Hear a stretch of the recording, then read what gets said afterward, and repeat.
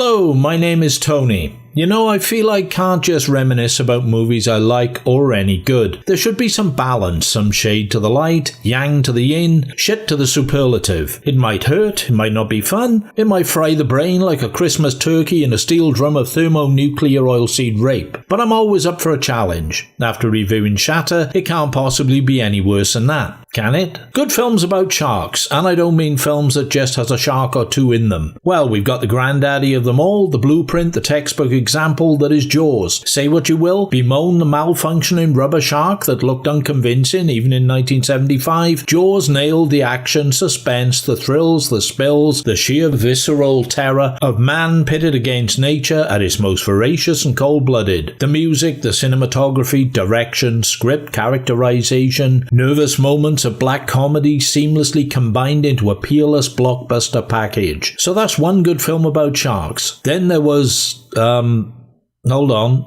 Oh yeah, that one with Blake Lively trapped on a lump of rock and, Deep Blue Sea, the first one. That was a bit of a laugh, a B-movie rib tickler. There may of course be others, and if you think there are, let me know in the comments. I've seen 3, possibly. Good films about whales. No, not the country where I live. There probably hasn't been any of those. I mean the big ocean-dwelling mammals. I'm inclined to include John Huston's Mobile Dick.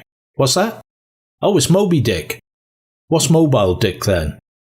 An idiot with a cell phone. All right. Okay, Moby Dick. Some rate it, some not so much. To be fair, it's a more than decent stab at adapting Melville's epic novel, and has, in my opinion, improved significantly with age, even if Gregory Peck was seriously miscast. Incidentally, part of it was filmed in Fishguard in Wales, the country where I live, and Led Zeppelin had a song titled Moby Dick, and that musician chap, DJ Electro Dance Guy Moby, is called Moby, and he's a bit of a dick. But I'm digressing. Good films about whales. Personally, I've seen a grand total of 1, which doesn't include Orca Killer Whale, or Orca The Killer Whale, or Orca, depending on where in the world you live. Now, believe it or not, this film does have its fans. The rating on IMDb is a remarkably lofty 5.7, easily 6 more than it deserves. Rotten Tomatoes is closer, with a critic's rating of 9% and an audience score of 33%. Still a bit too high by my estimation. Now, before anyone wails on me, get it, for being a hater of a movie some might hold dear or in some esteem, let me just say this.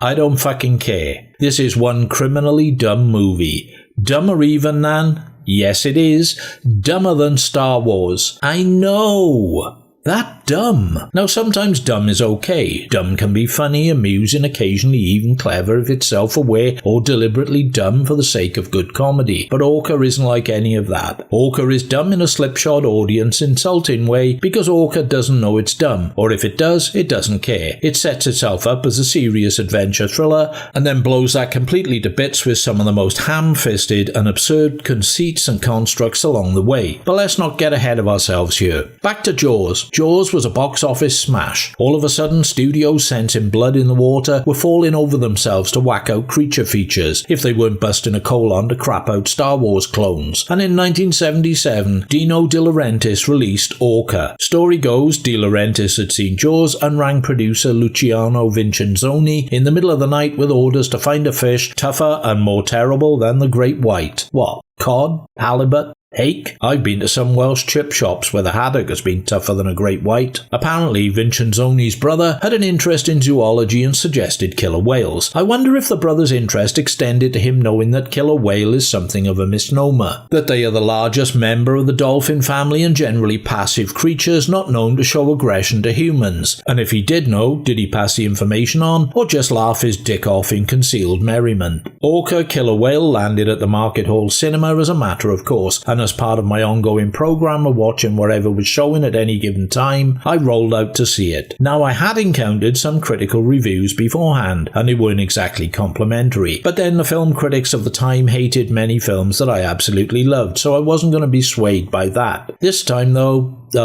I probably should have taken heed. Orca then. Richard Harris, another dick, is Captain Nolan, living in Nova Scotia, a catcher and supplier of marine animals to aquariums and zoos. He's Irish and wants to pay off the mortgage on his boat and return to Ireland. What would have been good is if he'd let the sharks at the bank repossess his tub and fucked off back to the Emerald Isle right away, the end, instead of putting me through the rest of this film. But no, instead he and his crew go looking for a great white shark. Marine biologist Ken, Robert Carradine, is targeted by the shark, but Orca the Killer Whale, played by two whales, Yaka and Nepo, giving the most lifelike performances in the film, intervenes and kills the shark, saving Ken's life. Orca's reward is to be pursued by Nolan, who has capture and big bucks on his mind. By mistake, obviously failing to refer to his primary school identification chart of common sea mammals, Nolan harpoons a pregnant female whale, hauls her on board, where she suffers a miscarriage, in a repulsive and tasteless scene where the fetus aborts and splats onto the deck. This is Orca's mate, and that was his terminated child, and all he can do is watch helplessly from the water and scream, "No!"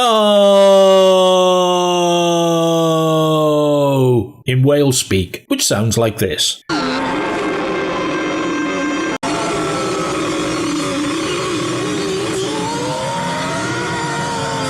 Orca tries to sink the boat, but grizzled crewman Novak Keenan Wynn cuts the dying female loose, only for Orca to leap up and chomp his ass and drag him beneath the waves to a watery grave.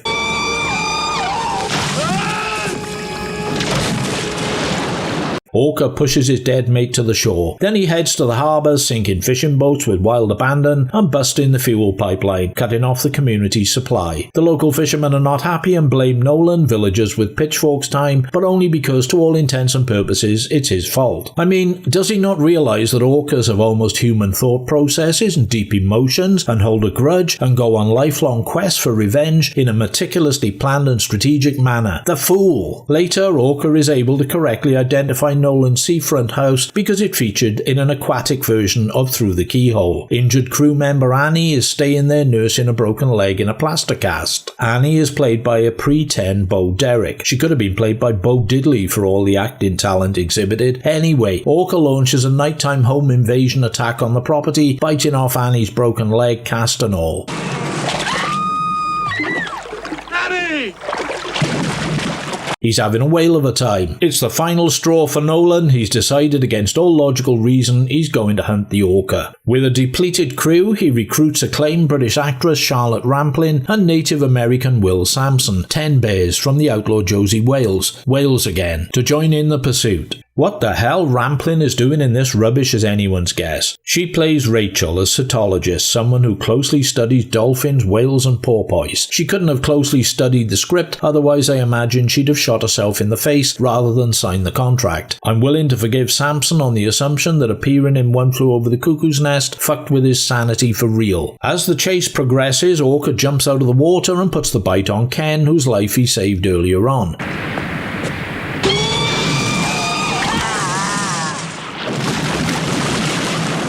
Given with one fin, taken away with the other. Orca leads them into the ice floe in the Strait of Belle Isle and trashes Nolan's boat. It's sinking and Sampson is crushed to death beneath an avalanche of ice as he's sending an SOS. Dick Harris is splattered against an iceberg when Orca uses his tail as a tennis racket and serves him like a ball.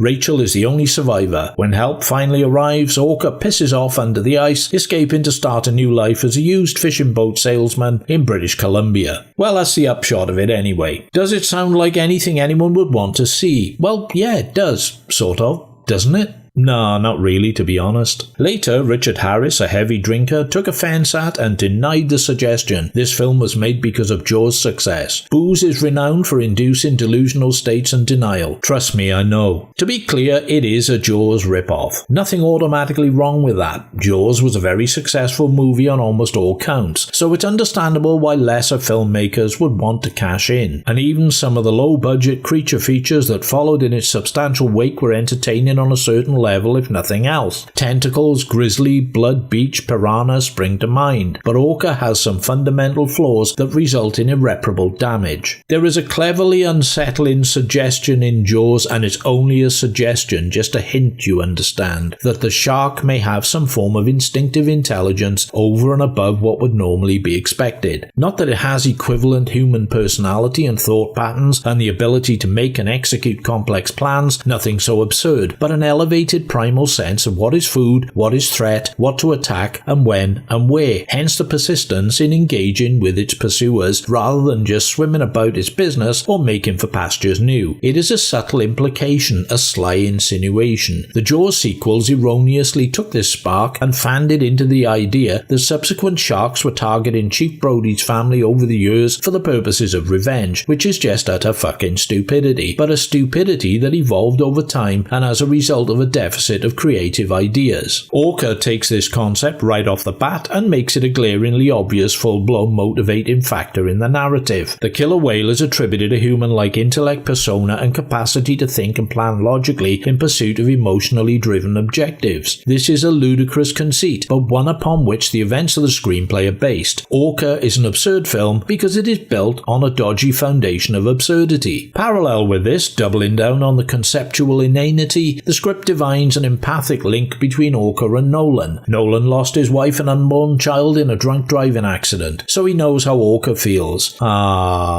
Herein though, Nolan is the drunk driver and Orca the bereaved parent-to-be. He vocalizes this revelation. Despite his heightened sympathetic perception, Nolan still decides he is going to hunt down and kill the whale because Bo Derek lost a leg. Well, that all makes perfect fucking sense then. So Orca's out for revenge and Nolan's out for revenge, and the audience is out of its mind. The tagline actively promotes this drivel. Orca the Killer Whale is one of the most intelligent creatures in the universe. Incredibly, he is the only animal other than man who kills for revenge. He has one mate, and if she is harmed by man, he will hunt down that person with a relentless, terrible vengeance across seas, across time, across all obstacles. So Orca is being sold as Chuck Bronson with a fin. Yeah, the on-screen action is weirdly cartoonish, reaching a slapstick peak with Nolan's demise. When I saw it, I felt that if it had been a different type of film, something like Airplane, it would have been played for broad laughs. But in the context of Orca, it isn't funny. Jaw-dropping, what the fuck? Yes. But funny? Negative, Captain. It's like something out of a Roadrunner cartoon where Wile E. Coyote gets slammed into a rock face and slides down it in pain and dismay. Yes, I know, it's a fictional fantasy adventure flick. I get that. But it's simply all wrong. It just doesn't work. The screenplay is by Vincenzoni and apparently an uncredited Robert Towne. Yep, the Robert Towne, the guy who scripted such high-profile works as Polanski's Chinatown and Alan J. Pakula's The Parallax View. The uncredited bit gives me some hope that it might not be true, and if it is, maybe he had a stroke or something before putting pen to paper. The dialogue is... pretty bloody dire throughout. Just a few howlers here to illustrate the point. What's he telling you? Well, now, you're me, he said. I'm you, he said. You're my drunk driver, he said. He deliberately left you your boat because he wants to fight you on the sea. You're planning to capture and sell a fellow creature. He's like you. He has warm blood. He breathes air. He's a mammal, but with intelligence.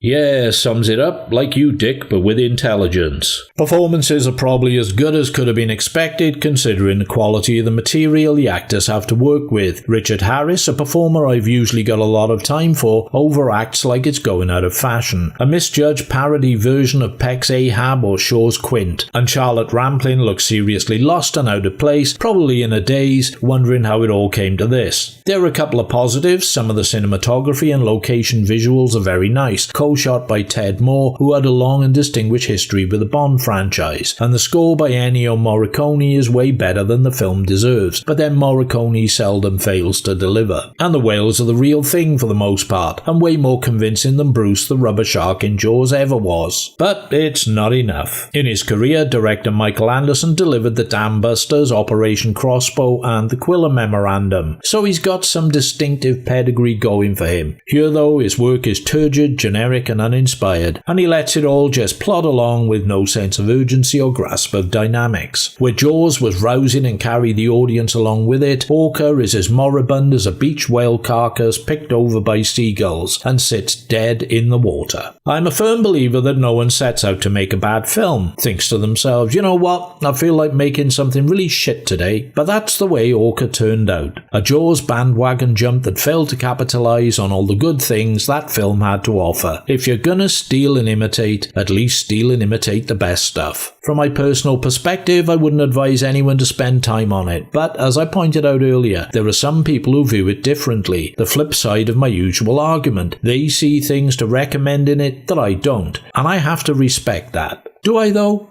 Yeah, I think I do. We'll just have to agree to differ. I'm no fascist snowflake, and I'm interested in hearing the opinions of others, so if you're an Orca fan or suffer with any other mental deficiency, let me know about it in the comments. Hey, as always, thank you for your time and attention. You know the drill with like, don't like, comment, subscribe and the rest, so do whatever you do. Meanwhile, here's a song called Shark Bait.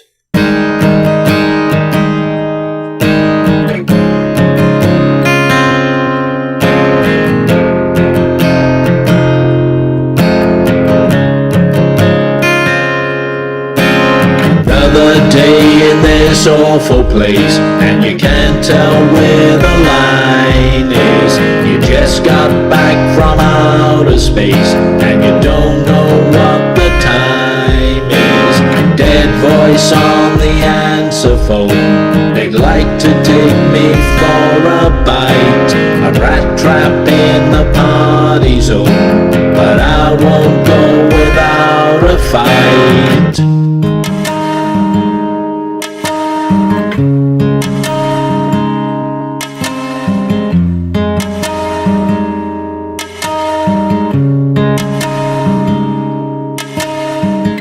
We're only shark bait, I see it in their eyes. They're gonna leave us hooked, 'cause they got bigger fish to fry. We're only shark bait, no matter what they say. Expendable means to land, the ones that got away.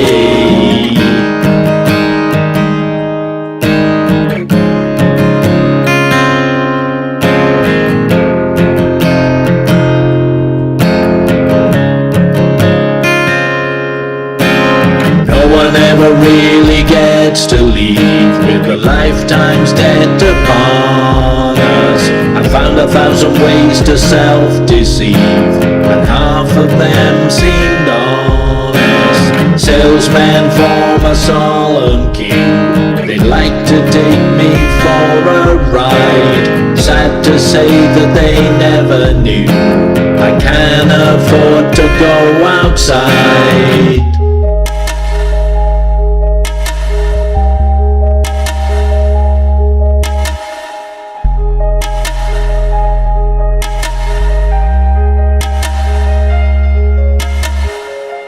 We're only shark bait, I see it in their eyes. They're gonna leave us hooked, 'cause they got bigger fish to fry. We're only shark bait, no matter what they say. Expendable means to land, the ones that got away. We're only shark bait, no matter what they say. Expendable means to land, the ones that got away.